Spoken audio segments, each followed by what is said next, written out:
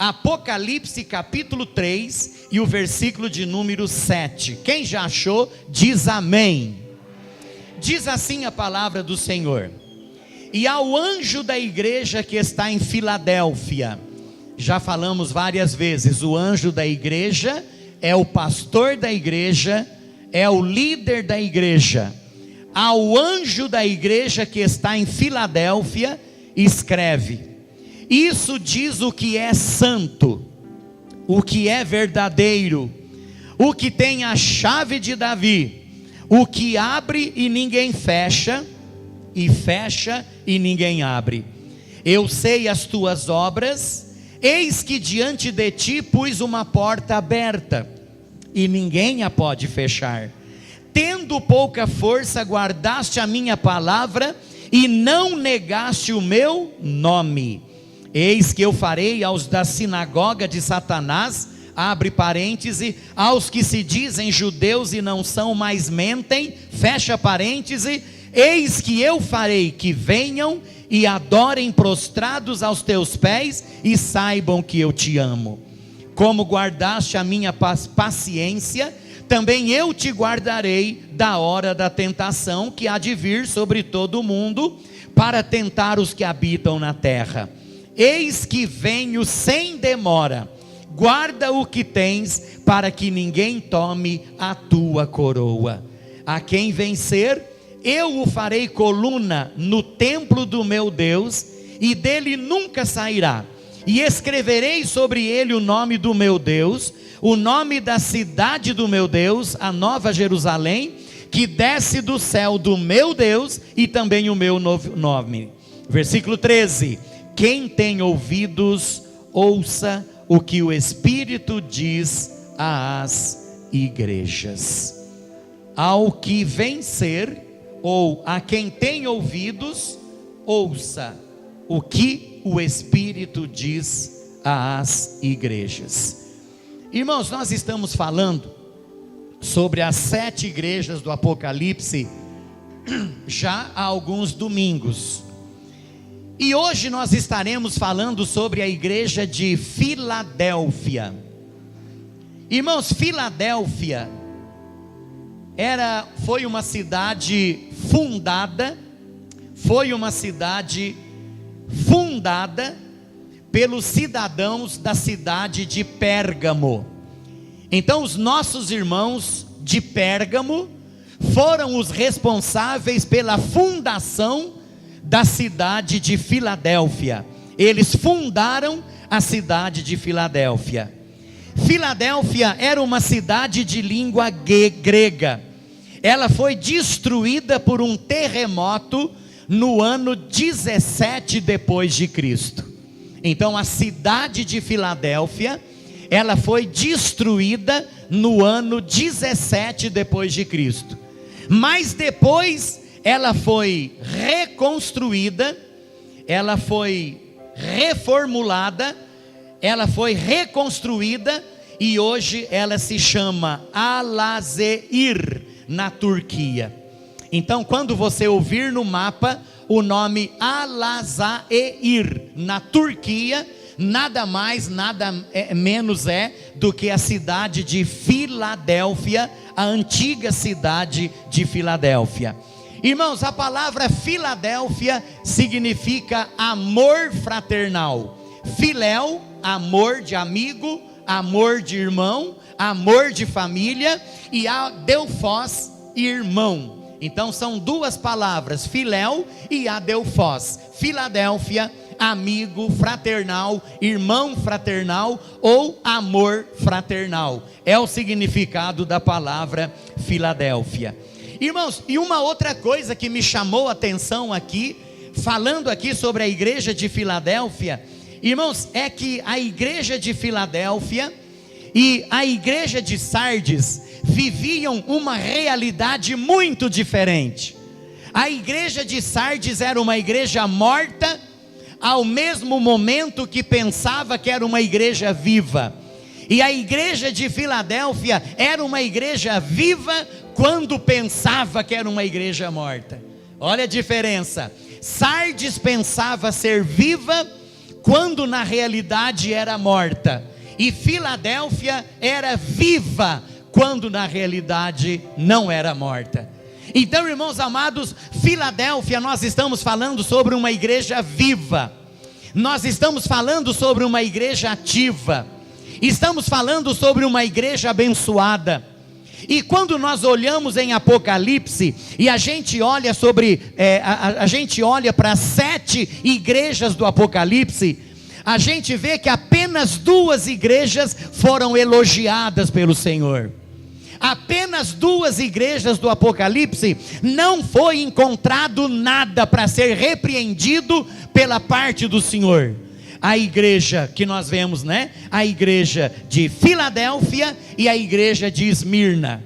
As 2 únicas igrejas que não foram repreendidas por Deus. As demais, todas foram repreendidas. Alguém poderia dizer assim para mim: mas pastor, por que isso? Apenas essas 2 igrejas não foram repreendidas. As demais todas foram repreendidas por Jesus. Como que explica essa situação, pastor Josué? Como que a gente entende essa situação? É a mesma coisa que hoje. Existe uma igreja fria, existe a igreja morna, existe a igreja quente, existe a igreja cheia do Espírito Santo, e existe a igreja que não é cheia do Espírito Santo. Existe a igreja que trabalha, e existe a igreja que não trabalha. Existe aquela igreja que anda na direção do Espírito de Deus, e existe também aquela igreja que não anda segundo a direção do Espírito Santo de Deus. Então naquela época também de João, apóstolo João, havia também aquelas igrejas fervorosas, abençoadas, ativas, trabalhadoras, que agradavam a Deus, mas existiam também aquelas frias, mornas, que não agradavam e não faziam nada para glorificar o nome do Senhor. Então, irmãos, da mesma forma daquela época, é a forma de hoje também. Existe aquela igreja que cultua a Deus de verdade, e existe aquela igreja que não cultua a Deus de verdade. Existe aquela igreja que anda na direção do Espírito, e existe aquela que não anda na direção do Espírito. Existe aquela igreja que cresce, que é abençoada, que cada dia que você vem, ela tem um número de membro maior, mas existe também aquela que quando você vai, ela sempre tem um número de membro menor. Então é como naquela época também. As demais igrejas, elas foram repreendidas, mas a igreja de Esmirna e Filadélfia, elas foram elogiadas pelo Deus Todo-Poderoso. Por quê? Porque eram igrejas abençoadas, e nós vamos ver isso através da palavra do Senhor de hoje. Amém, irmãos? E hoje nós precisamos fazer a diferença. Nós não podemos ser apenas mais uma igreja. Igreja tem um monte, né? Se você for dar uma olhada aí no mundo, quantos milhões de igrejas existem espalhadas pelo mundo? Nós vamos ser apenas mais uma? Não. Nós precisamos ser uma igreja que faz a diferença. Nós precisamos ser uma igreja que cultua de verdade o nome do Senhor. Nós precisamos ser uma igreja que realmente anda na presença do Deus Todo-Poderoso. Irmãos, é isso que Deus quer de cada um de nós nesta noite, em nome de Jesus. Vamos lá então. E ao anjo da igreja que está em Filadélfia escreve: isso diz o que é santo. Irmãos, Jesus, ele se apresenta às 7 igrejas sempre de forma diferente.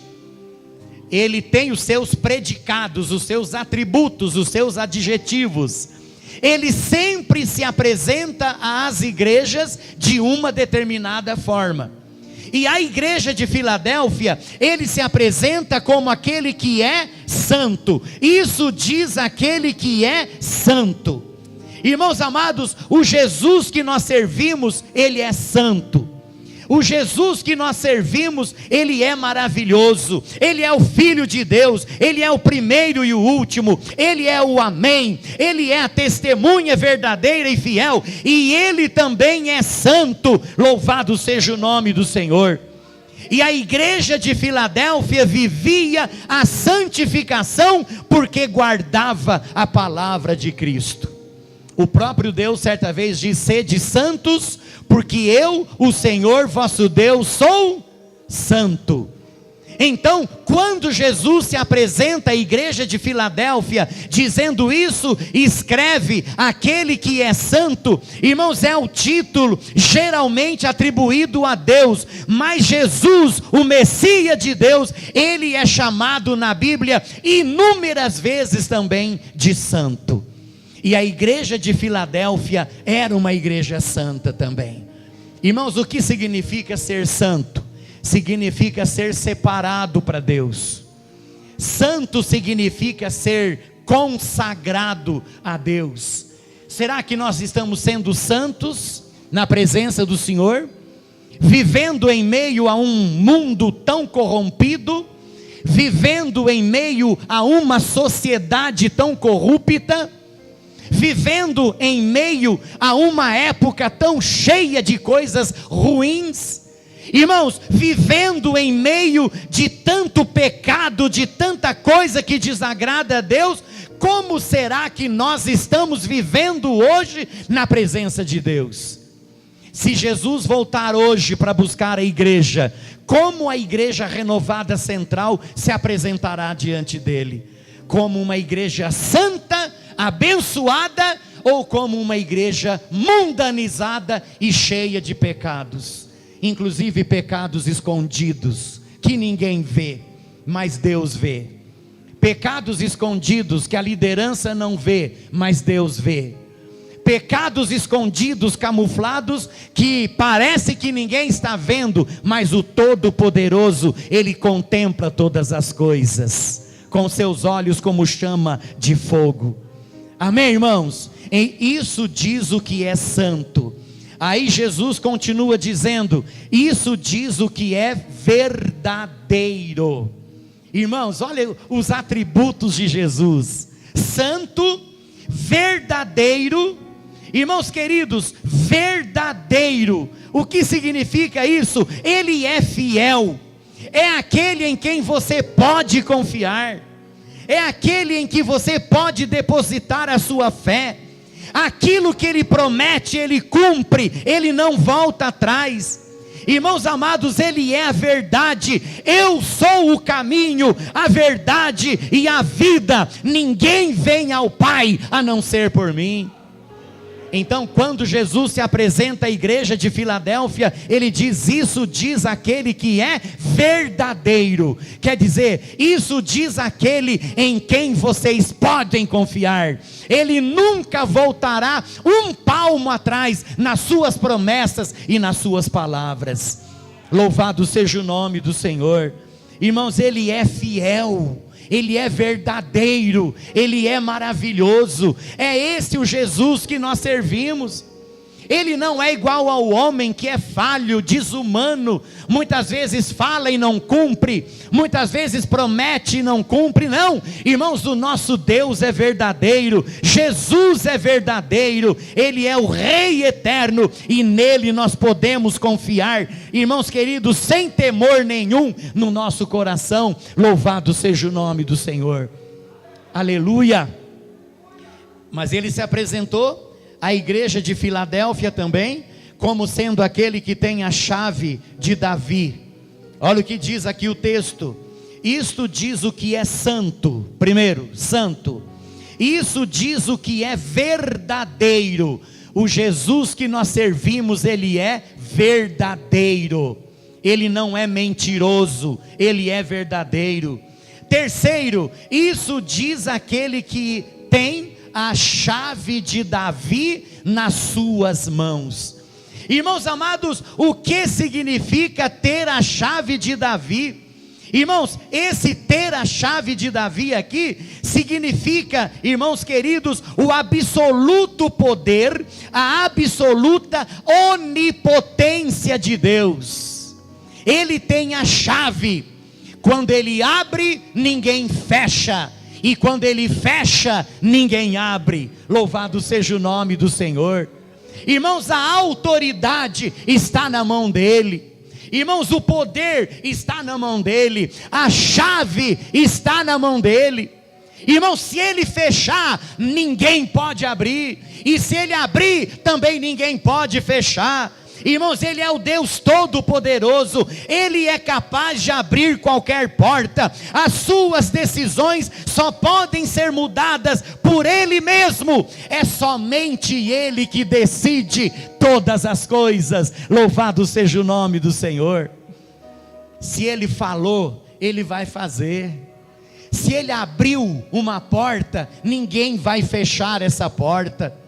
Se Ele fechou essa porta, ninguém vai poder fechar essa porta. Irmãos amados, a autoridade foi dada para Ele nos céus e na terra, como diz Mateus capítulo 28, versículo 18, todo o poder, toda a autoridade foi me dada nos céus e na terra. Irmãos, o diabo, ele quis ter essa chave, ele até tentou ter essa chave na mão, mas só que não foi dada autoridade para ele ter essa chave não. Irmãos, essa chave, ela está nas mãos de Jesus de Nazaré. É Ele que tem a chave de todas as coisas. É Ele que tem a chave, irmãos. É Ele que abre, é Ele que fecha, é Ele que toma as decisões. Ele é o dono da igreja e Ele é o dono das nossas vidas. Louvado seja o Deus Todo-Poderoso. Somente Ele, irmãos, é digno de toda a honra, de toda a glória e de todo o louvor. Irmãos queridos, nós vemos também, olha aqui o que diz o texto: e ao anjo da igreja que está em Filadélfia escreve, isso diz: o que é santo já falei, o que é verdadeiro já falei, o que tem a chave de Davi, que abre e ninguém fecha, e fecha e ninguém abre. Versículo de número 8, eu sei as tuas obras, eis que diante de ti pus uma porta aberta, e ninguém pode fechar. Diante de ti, eu pus uma porta aberta, e essa porta aberta, ninguém pode fechar. Irmãos, o que é essa porta aberta? Segundo os estudiosos da Bíblia, essa porta aberta, ela é no sentido profético. Não era naqueles dias, nos dias ali do apóstolo João. Segundo os estudiosos da Bíblia, é algo profético. É algo que se cumpriu por volta do ano de 1750 a 1905 depois de Cristo. Irmãos queridos, essa porta que foi aberta e ninguém mais conseguiu fechar, ela começou com a reforma protestante da igreja e com o surgimento de grandes movimentos de avivamento em todo o mundo. E a partir daí, essa porta nunca mais se fechou. Essa porta continuou aberta para a honra e glória do nome do Senhor.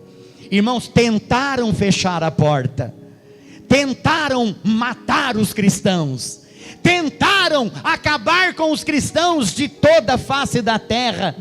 Irmãos, ali por volta do ano de 1600, irmãos, quantos cristãos morreram por amor a Cristo? Irmãos, quantos foram decapitados por amor a Cristo?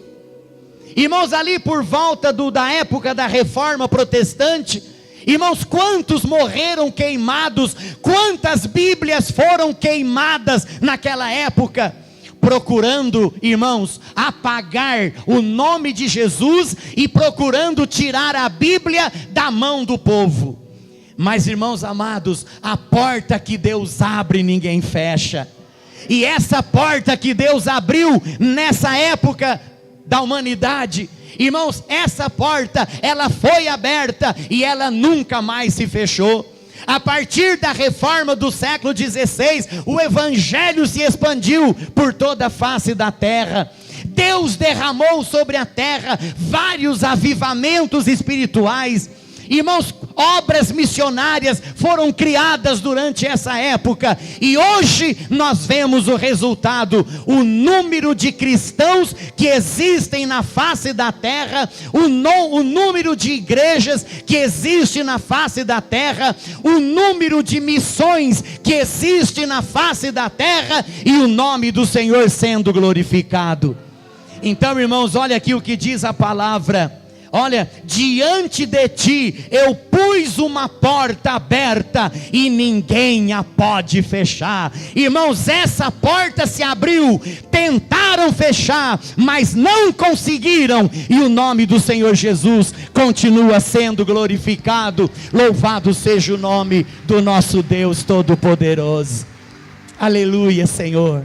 Irmãos, é por isso que os estudiosos dizem que essa porta aberta era no sentido profético, e realmente se concretizou, se cumpriu e continua se cumprindo para a honra e para a glória do nome de Deus. Quando o Senhor Jesus nos afirma que ninguém tem poder para fechar, irmãos, nem homens, nem demônios, nem inferno, nem falsos profetas, nem falsos mestres, ou outra coisa, ou criatura qualquer, é páreo para enfrentar o nosso Senhor e Salvador Jesus Cristo.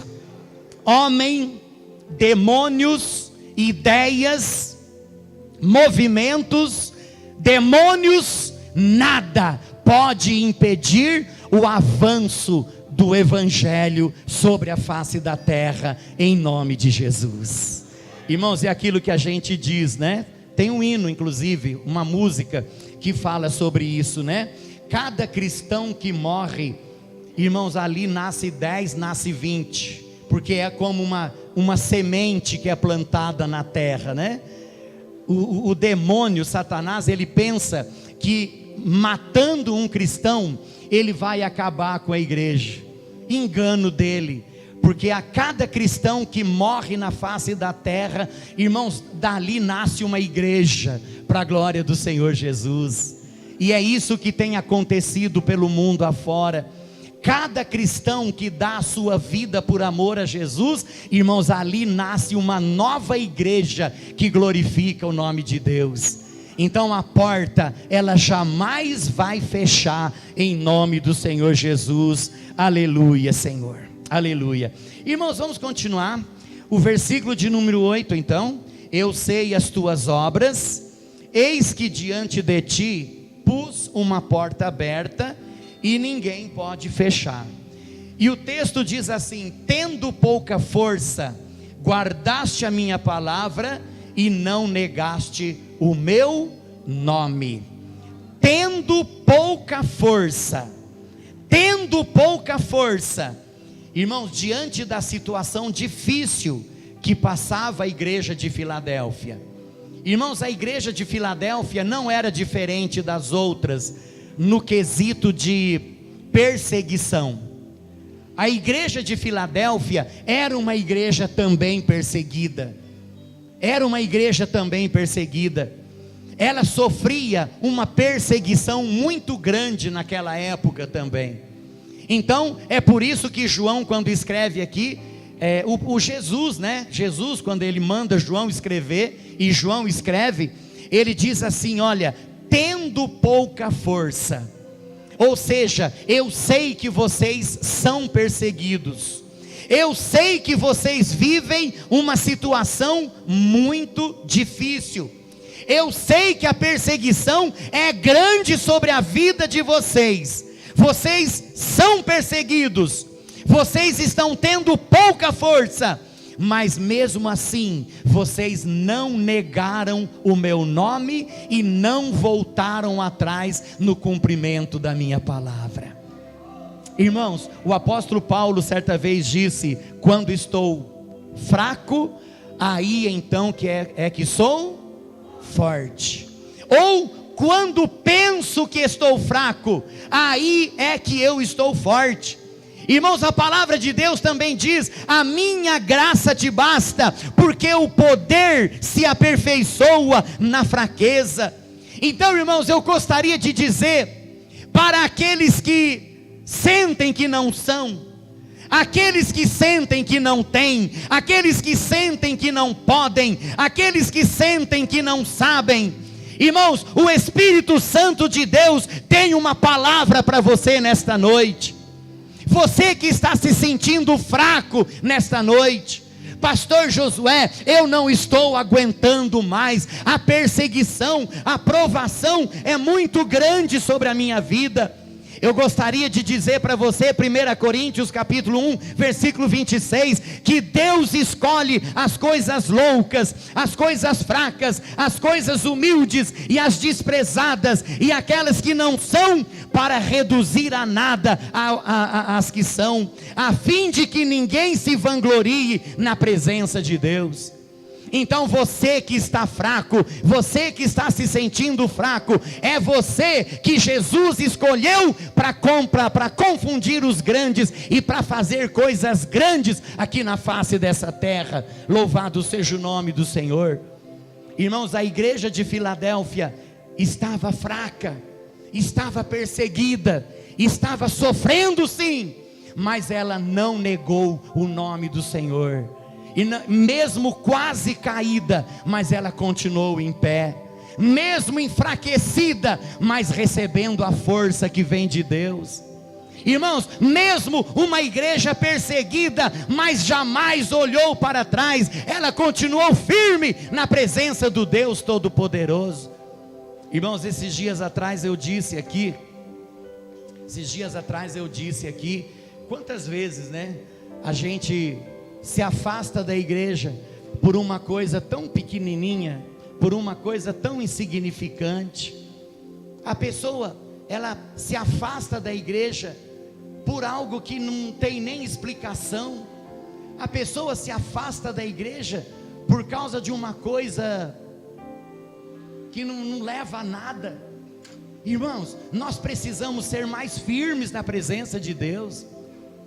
Nós precisamos ser mais constantes na presença de Deus. Nós precisamos nos apegar mais com Deus. Amém, irmãos? Nós precisamos, irmãos, estar mais firmados na presença do Senhor. Irmãos, hoje nós não estamos vivendo diferente de Filadélfia, não. As perseguições estão aí, as lutas estão aí. Muitas vezes até lutas dentro da própria casa, luta no trabalho, pessoas zombando da gente, com o perdão da expressão, tirando sarro na gente, zombando, brincando com a gente. Quantas vezes você deve ter sido zombado lá no seu trabalho? Você pode ter sido zombado lá na escola, até mesmo dentro da sua casa. Seu crentinho, né? Seu isso, seu aquilo, seu não sei o que, e vai. Irmão, Deus, Ele conhece todas as coisas, Ele vê todas as coisas. Que nada disso faça com que você abandone os caminhos de Deus. Jesus está voltando para arrebatar a sua igreja. Disse aqui a Rosângela e a Juliana também. Jesus está voltando para arrebatar a sua igreja. Jesus está voltando para levar a sua igreja. Jesus está voltando. O arrebatamento está mais próximo do que nós imaginamos. Então espera mais um pouquinho, continue firme mais um pouquinho, que brevemente as trombetas soarão e Jesus voltará para buscar a sua igreja, e nós estaremos para sempre com o Senhor. Louvado seja o nome do Senhor. Irmãos, e finalizando essa palavra, olha o que diz a Bíblia Sagrada aqui. Olha o que diz a palavra, versículo 9: eis que eu farei aos da sinagoga de Satanás, aos que se dizem judeus e não são, mas mentem, eis que eu farei que venham e adorem prostrados aos teus pés, e saibam que eu te amo. Esses irmãos da sinagoga de Satanás, que se dizem judeus e não são, mas mentem, eram aqueles judeus legalistas, que não aceitavam a Jesus como Salvador. Eles não aceitavam Jesus como sendo o Messias, e eles estavam sempre perseguindo a igreja de Filadélfia. Eles não aceitavam a Jesus, eles não entendiam que Jesus era o prometido, eles não aceitavam que Jesus era o Filho de Deus. Eles eram judeus legítimos, mas eles não acreditavam que Jesus é o Filho de Deus. Eles não acreditavam que Jesus é o Messias prometido por Deus. Então é por isso que João chama aqui de sinagoga de Satanás. Irmãos, esses homens, eles eram usados pelo diabo para perseguir os nossos irmãozinhos ali de Filadélfia, colocando na cabeça daqueles irmãozinhos que Jesus não era Jesus, colocando na cabeça daqueles irmãozinhos que Jesus não era o prometido. Então, irmãos amados, é por isso que a Bíblia chama eles de sinagoga de Satanás. Versículo 10: como guardastes a minha paciência, também eu te guardarei da hora da tentação que há de vir sobre todo o mundo, para tentar os que habitam sobre a terra. Os estudiosos da Bíblia dizem que essa eu te guardarei da hora da tentação está se referindo ao período da grande tribulação que virá sobre a face da terra após o arrebatamento da igreja. Porque Jesus voltará para arrebatar a sua igreja, e após o arrebatamento virá o período da grande tribulação. Então, dizem os historiadores bíblicos que esse texto está se referindo a quando Jesus voltar para arrebatar a igreja. Ele vai levar a igreja antes do período da grande tribulação, ou seja, nós seremos livres do período da grande tribulação que estará vindo sobre a terra. Então olha o que diz aqui, o que diz o texto: como guardaste a palavra da minha paciência, também eu te guardarei da hora da tentação que há de vir sobre todo o mundo, para tentar os que habitam sobre a terra. Então entregue a sua vida para Jesus antes do arrebatamento da igreja, senão você vai ficar para o período da grande tribulação. E versículo 11: eis que venho sem demora. Repita comigo: eis que venho sem demora. Jesus está voltando para arrebatar a sua igreja. Olha a palavra de Jesus para a igreja de Filadélfia: guarda o que tens, para que ninguém tome a tua coroa. Irmãos, esse ninguém aqui, para que ninguém tome a tua coroa, esse ninguém aqui é o diabo, o mundo e a carne. Então vamos ler de novo esse texto, usando essas palavras, vamos lá. Guarda o que tens, para que o diabo, o mundo e a carne não tome a tua coroa. Oh, glória a Deus! Guarda o que tens. Irmãos, o que nós temos guardado? Será que é uma vida de fé? Uma vida de pureza? Ou será que uma vida de pecado, uma vida de desobediência, uma vida de infidelidade diante de Deus, uma vida de frieza espiritual? O que será que nós estamos guardando?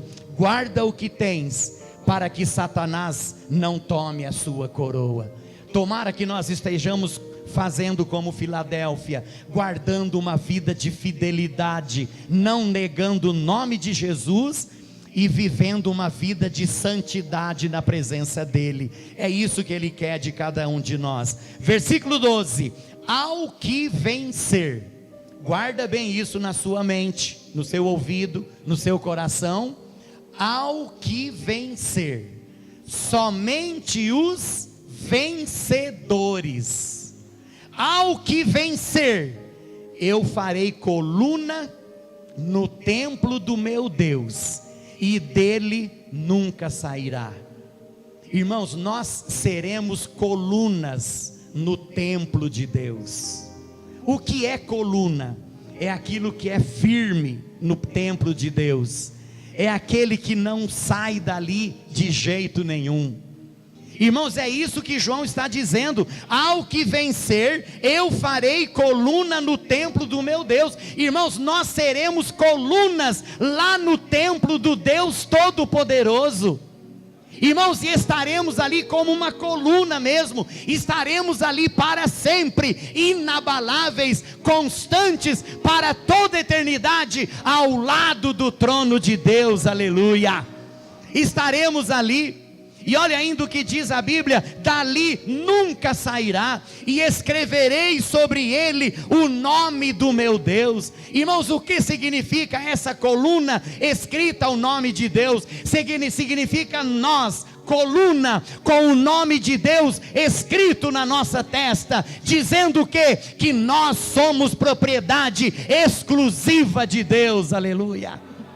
Irmãos, é o selo de Deus na nossa vida. Nesse ninguém toca, nesse ninguém coloca a mão, é propriedade minha, é propriedade exclusiva minha, olha o meu nome escrito nele, para a glória do nome do Senhor. Irmãos, louvado seja Deus. Irmãos, é o selo da propriedade de Deus. Nós somos propriedades exclusivas do Deus Todo-Poderoso. Louvado seja o nome do Senhor. E termina o texto dizendo: quem tem ouvidos, ouça o que o Espírito diz às igrejas.